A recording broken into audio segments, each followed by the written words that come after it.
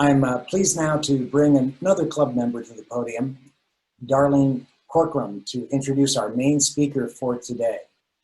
Darlene, over to you.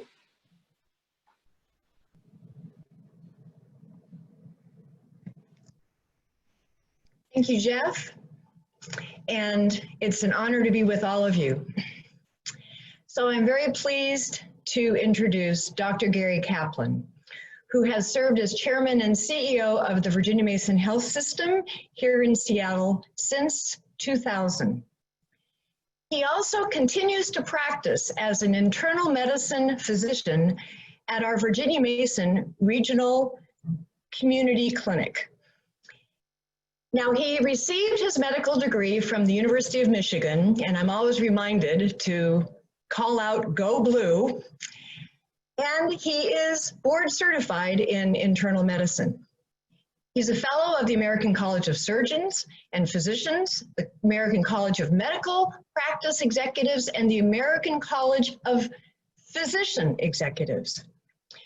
He has served as the chair of the National Healthcare Improvement Board of Directors, and he currently chairs the Institute's Lucian Leap Institute. Gary is a founding member of Health CEOs for Health Reform and has held leadership positions with numerous organizations, including the Medical Group Management Association and Washington Healthcare Reform. He is recognized as one of the most influential physician executives in healthcare. And last month, Modern Healthcare magazine included Dr. Kaplan as one of the 50 most influential clinical executives in American health, a position he has held for 15 years. He has been my boss for over 20 years, and I want you to welcome him and join me in hearing from Dr. Gary Kaplan, Chairman and CEO of Virginia Mason Health System.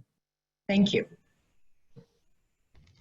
All right, well, thank you, Darlene, and thanks so much for having me today. This is, as you know, our 100th anniversary year at Virginia Mason, and what better time to talk to Rotary. And I was pleased when I dialed in to hear the conversation about masking and how important wearing our masks are. And you know, we are limited in the number of things we know about today to bend the curve of the pandemic, and masking and social distancing are critical. So we'll talk a little bit more about COVID in just a few minutes. It's for me, I go back to Rotary when I was in high school.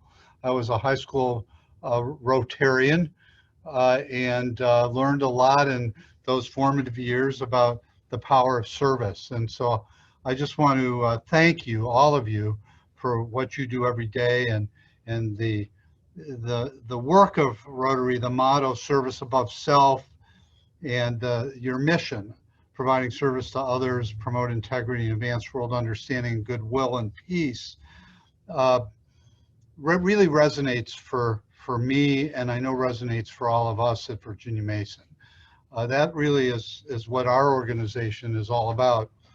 And I've been at Virginia Mason for 42 years. I'm actually a lifer. I came here as an internal medicine intern and never left.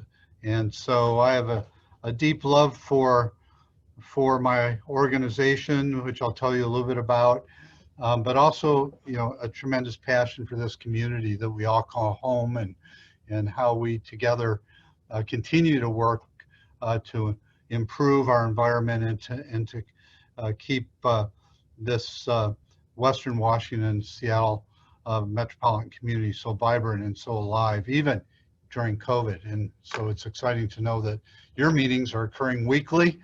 I'm getting better and better at Zoom conferences, so hopefully that'll be reflected in my ability to share my screens. I will begin with just a brief overview of our health system, tell you a little bit about our response to COVID, and some of the things that I think are interesting aspects of that response. and then I'll make sure we have some time for questions, discussion at the end. And so as I start to talk about Virginia Mason, I'm very proud of our organization. We certainly have evolved over the past many years. Can you see my slide by any chance? There. Can you see that now? Yes. Yes. Okay. And we have grown, and if you read the news last week, you may know that we're growing even further. But we were established in 1920, and at that time, our founders were actually dealing with another pandemic, and the flu that was persisting, the many deaths in our community, and the lack of available healthcare facilities. But they also had some new ideas, and the notion was that teams of doctors worked better than doctors in their solo offices in those days, which was the norm.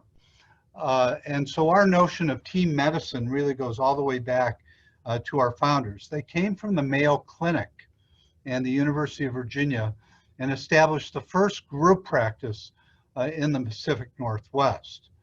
Now, in those days, when they thought about teams, they thought about doctors. And then it evolved to doctors and nurses.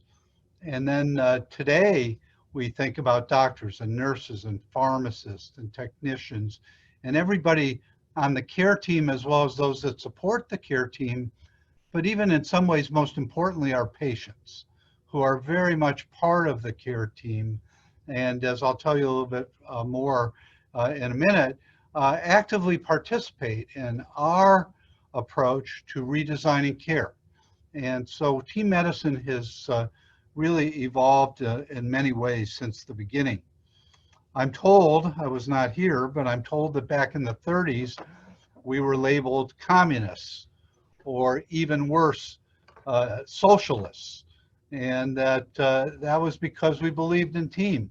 We believed in group process. We believed in coming together and getting the best from all people. And today we know that the group practice model is continuing to evolve as a dominant delivery system approach. And it has a lot of advantages for patients, as I hope you know.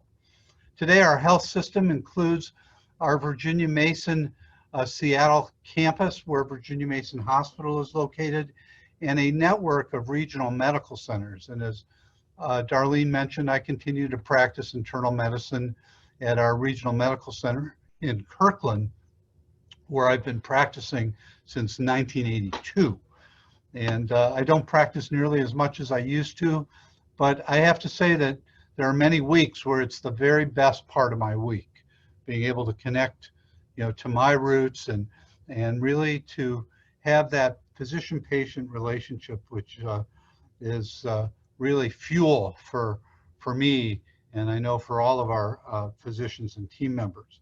Our health system includes the Benaroya Research Institute at Virginia Mason, which today is one of the world's hubs for autoimmune research. And as many of you probably know, autoimmune disease probably touches each and every one of us with a family member or a friend. There are over 80 autoimmune diseases. And our research is finding that approaches and potential cures to one can also be a cure for many. And so we're very proud of the great work that goes on at the Benaroya Research Institute. Bailey Boucher House, which is has been part of Virginia Mason now for over 20 years, when no other organization would step up in our community to help those who were living and dying with AIDS and HIV disease.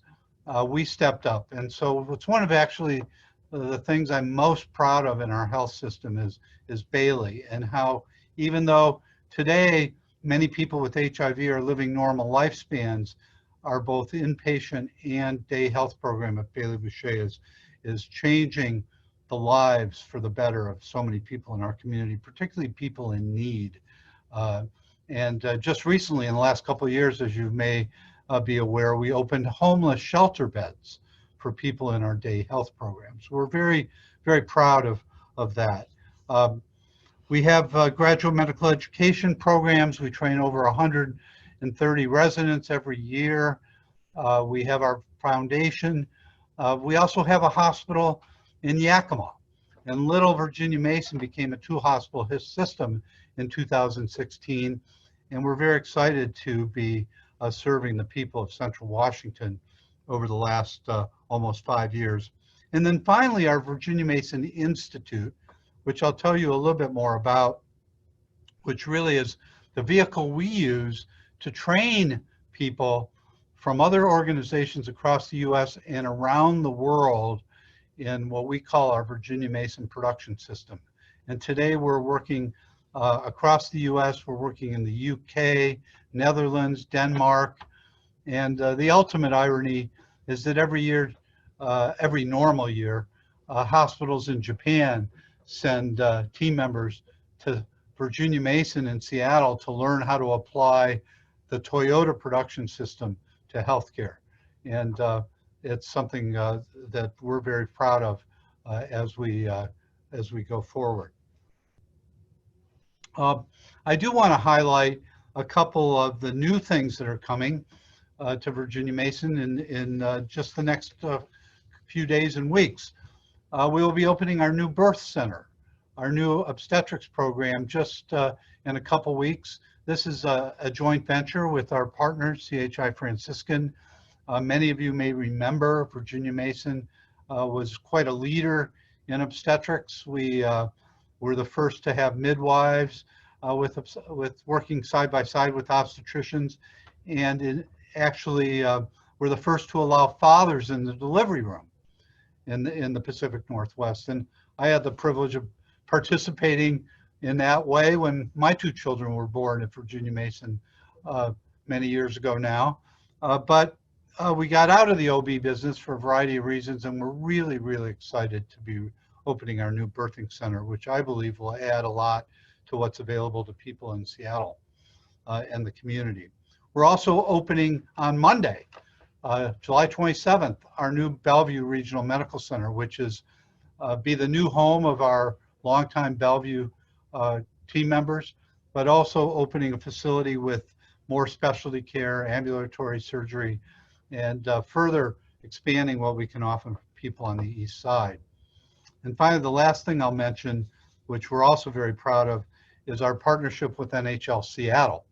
We will be their official healthcare provider. We will take care of the players, their family members and employees.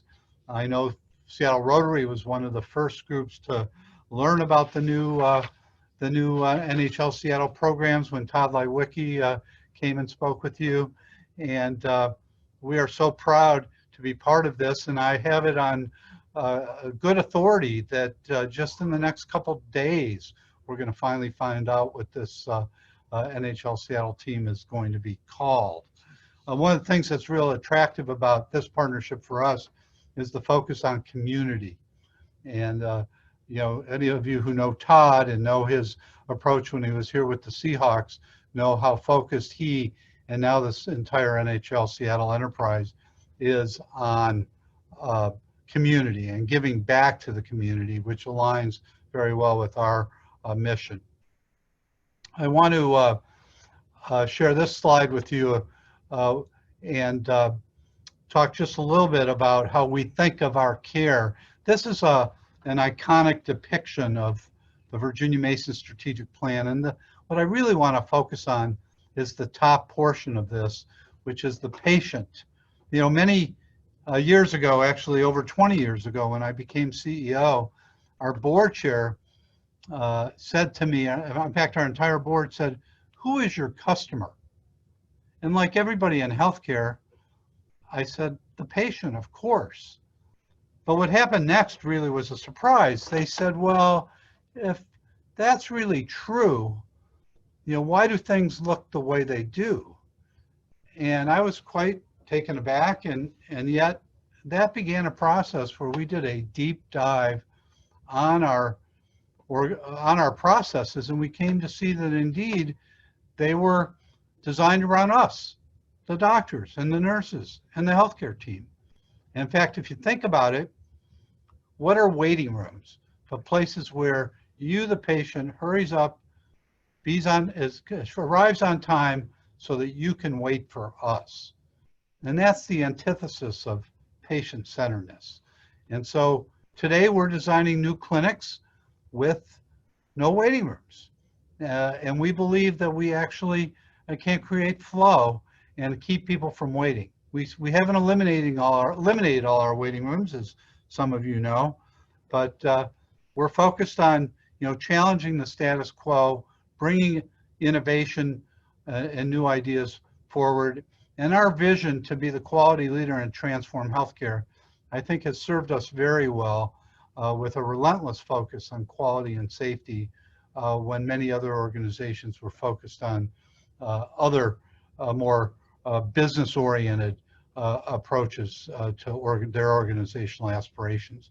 And then finally, I want to mention our Virginia Mason production system. This is the method by which we lead and manage our entire organization. It's patterned after the Toyota production system, and it's really focused on taking waste out of processes. And what we've learned is that actually the Virginia Mason production system takes waste out of processes and simultaneously improves quality and safety and patient experience. And at the same time, ideally reduces cost. So we're very excited about this work. The last thing I'll mention before I really hone in on COVID is some of you may have read about a Memorandum of Understanding that we announced last week. That is to explore forming a new healthcare system in Western Washington. We, in many ways, have been a poster child at Virginia Mason for independence, for trying to stay independent. It's been the right course for the last 20 years, for actually the last 100 years. But unfortunately, in some ways, fortunately, the world's changed. And we're the only system of our size with a national and international reputation that's still independent. And when you have, as we know, very, very wealthy competitors in this market, we've been forced to look at alternatives to stay true to who we are, rely on our foundational values, but also look at, can we do this even better and more effectively for the future? And so we will be looking to form a new healthcare system in Western Washington with CHI Franciscan, who've proven to be an excellent partner over the last 4 years. And we think what's exciting is they're interested in partnering with us for the right reasons. They're interested in learning about multi-specialty group practice, physician leadership, and the Virginia Mason production system will be the foundational management system for this entire new 12 hospital enterprise across the state. So happy to take questions during the discussion period at any time. I do want to talk about COVID and share some thoughts on this. This obviously has rocked our world in healthcare, just as it's shaken all of us in many ways to our core. A lot of our assumptions about the way life is have been changed and certainly have had to change. And in some ways, we've been stretched as an organization to a greater extent than we ever thought possible and never could have anticipated. And I'm so proud. I'm proud really of the entire industry, to be frank, but I'm also very proud of our team members and how people have stepped up and risen to the occasion.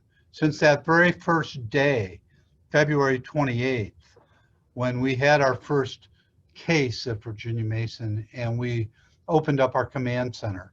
Now we drill on our command center operations several times a year.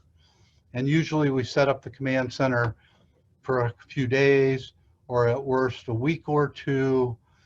We always drill on what happens in terms of a natural disaster, etc.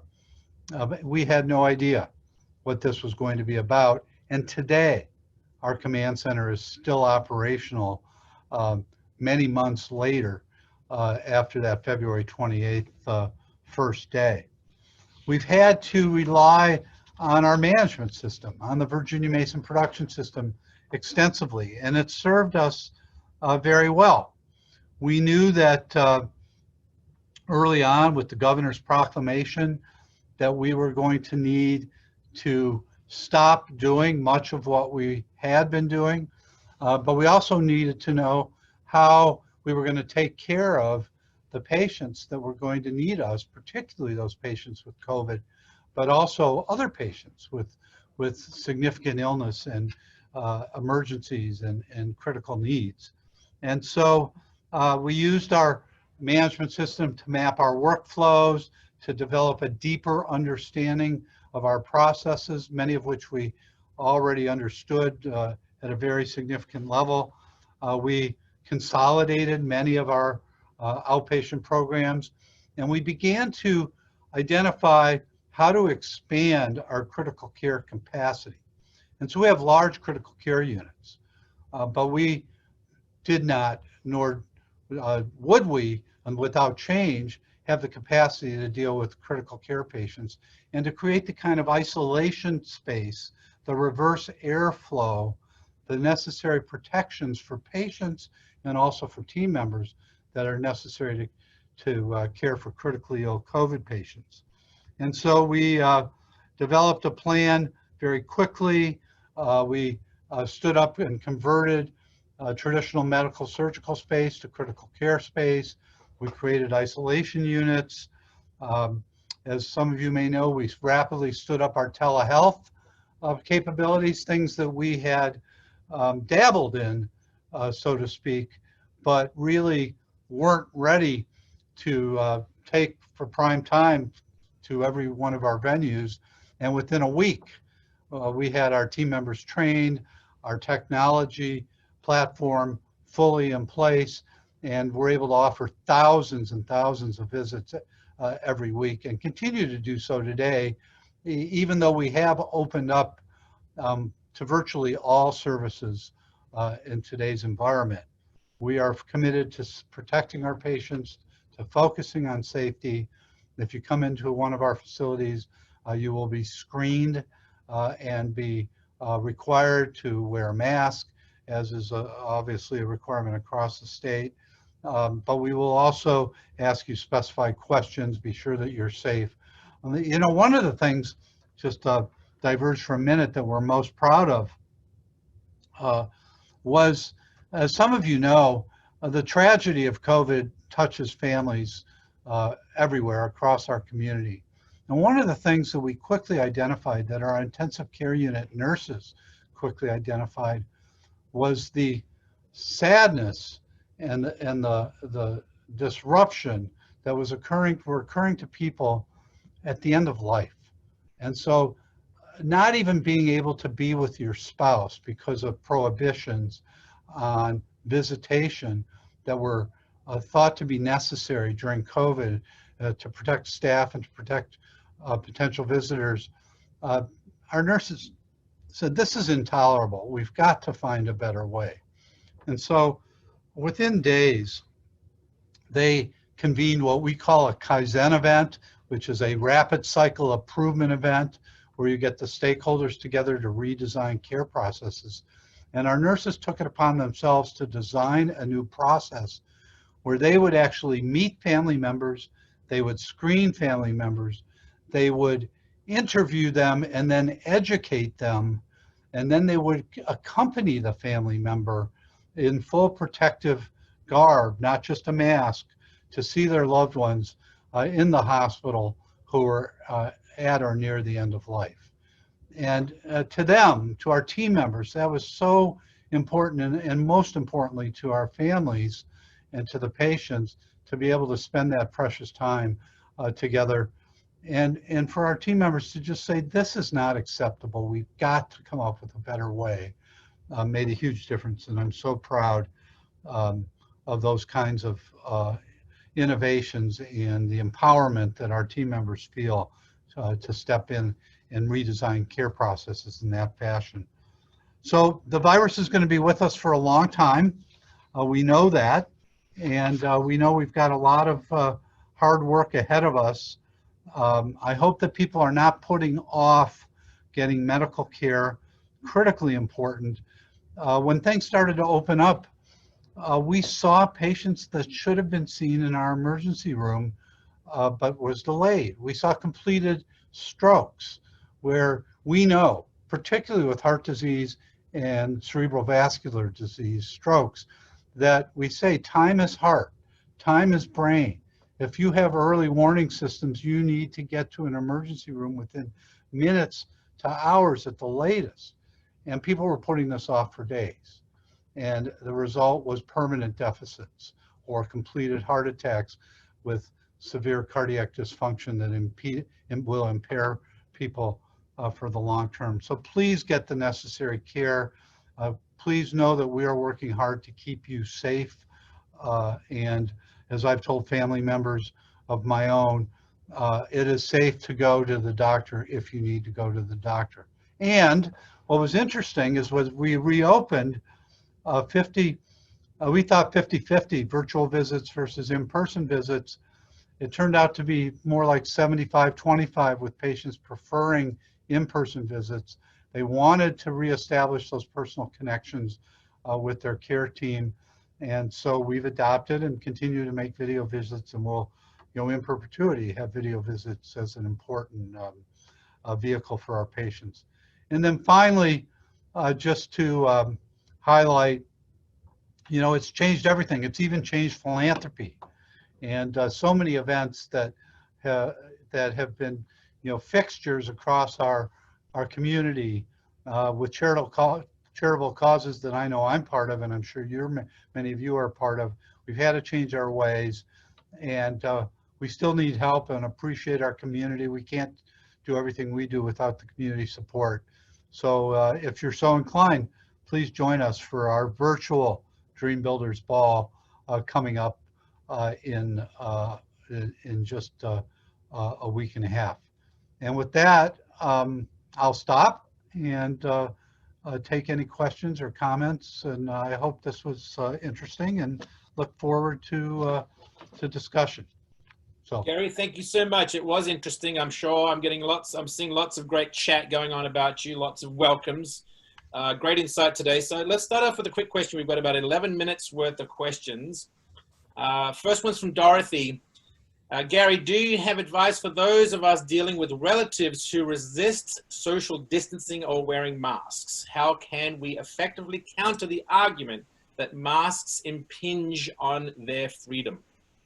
Well, as much as I hate to use the example, even the President of the United States is now recommending masks. So to those who have taken that, what I would consider an extreme political position about a public health issue, which should not be political. Politics should stay out of public health as far as I'm concerned. We can point to that minimal saving grace. I do think that this isn't just about their individual liberties. I think it's about protecting everybody around them. And so what I've tried to do with my few resistant friends and people I interact with is to let them know that that's fine. I respect their right to make their own personal choices until they infringe on my safety and on the safety of others. And so I think taking that approach, at least for most people, reminds them that this isn't just about you and your individual freedoms. It's about all of us. And finally, the last suggestion I would make, and it's not very sensitive, I try to be sensitive, would be don't be with those people. That you're putting yourself at risk if you're with people who refuse to mask and refuse to socially distance. And we now know, and yesterday you probably heard the news that we think the prevalence of disease is close to 10 times what's being actually measured and reported. that there is a high asymptomatic carrier rate, meaning people with no symptoms that are shedding virus. And knowing that, we have to take care of and protect ourselves. And so I think I hope that's helpful. It's not, it's not any great, new ideas, but it's how I would approach it. No, but they're good ideas. All right, next from Beth. What is the current update on antibody testing as it relates to COVID? So very interesting and evolving. So every day we're learning something new. First of all, antibody testing, we think, tells us that you've been exposed, and depending on the antibody titer or the strength of the amount of antibodies you've generated will hopefully be predictive of immunity. Now, we are learning, however, that we don't know what we don't know, and we are still discovering that some people who've had positive antibodies have actually seemed to have contacted COVID again. We can't guarantee that it provides immunity. And so we're telling people, and I think the profession, the industry, not just at Virginia Mason, we're telling people that they still need to practice social distancing and masking, that it's not a get out of jail free card, that you can go out without a mask and be assured you're not infecting others or that you're not at risk. I think that the widespread testing is still not indicated because of those things we don't yet know. Now, for the purpose of public health purposes, prevalence assessment in a controlled study environment, there are studies going on in this region where antibody testing is being done in a more widespread fashion. And so if you were going to have it done, I would do it as part of an ongoing study at this point in time. All right. So Bill asked the question: if contact tracing is going to succeed. Please forgive me. I'm more of a stand-up comic than I'm a reader of scripts, and I want to get this right because it's a good question. If contact tracing is going to succeed, widespread testing must be available and turnaround time reduced to hours rather than a week. How does Virginia Mason provide testing and the cost covered by federal dollars, state dollars, and insurance? Okay. How do we obtain testing for either the virus or antibodies to the virus currently? So we are currently not doing antibody testing because of the reasons I just stated, in terms of them we're not really providing a service, not giving patients potentially a false confidence. And I neglected to mention that there's a high false negative rate with antibody testing, which means that you may test negative even if you've had the virus. We are providing testing for our patients with symptoms. We are working to improve the turnaround time to something short of what's being reported out there in the community of 7 days or more. We are generally able to produce results in 3 to 4 days, although that's highly dependent on volume of testing and machine function. What we are doing that I think is very helpful is we are testing all patients that are admitted to the hospital, and we are prioritizing those tests as well as all patients who are having procedures. And we are prioritizing those tests so that we're generating results within 24 hours. I think that these tests are covered by federal health plans, federal government, and also commercial carriers. I think the questioner has it exactly right, to really allow us to isolate effectively and totally put the damper on community spread. We have to have much more broad widespread testing, contact tracing, and immediate isolation. That means that we need hours and not days to turn this around. The problem is that the rapid tests that were touted, the 15 and 30-minute tests, they turned out to have up to a 50% false negative rate, meaning that you could test negative and still have the disease. And so that basically became a worthless test. And so we are doing all of our surgical patients the night before and then running them so that we have that answer before any procedure. That's how we're approaching it. And I think we've got to do better. And without getting too political about this, our state's done a very, very good job in most respects, but we are really in need of a federal federal plan. What we heard about the supply chain, the fragmented supply chain, totally applies to testing as well. And we've got a lot of work to do across the country to get this right. All right, so we've got like a couple of minutes left, so I want to throw at least this question out because I know it's very topical today, interestingly enough. The question is from Jan, what are your thoughts about having schools reopen this fall? Well, that's a good question. I was discussing this at the dinner table last night as we were talking about our grandchildren who are students in the Bellevue School District. And I'm nervous, to be honest, as a grandparent. I think that just going back to schools won't work with the prevalence we have in our community today. I think that there should be options. It should probably be a mixed curriculum and a very controlled environment so that a lot of the recommendations that have come out from the CDC, I don't know if they've been squashed and no longer public, but they came out originally, and I think most of us had a chance to see those in terms of distancing and how we spread out our students and potentially on shifts. We need to apply public health principles. We need to not, I get it. My daughter wants her kids in school for all kinds of reasons, both educational and altruistic, as well as, practical and parenting driven. But we've got to do it safely. And so I think that we've got to work hard to apply the public health principles at every opportunity. And then we need to start slowly and gradually ramp up, and we need to monitor. We need to be very, very careful about screening.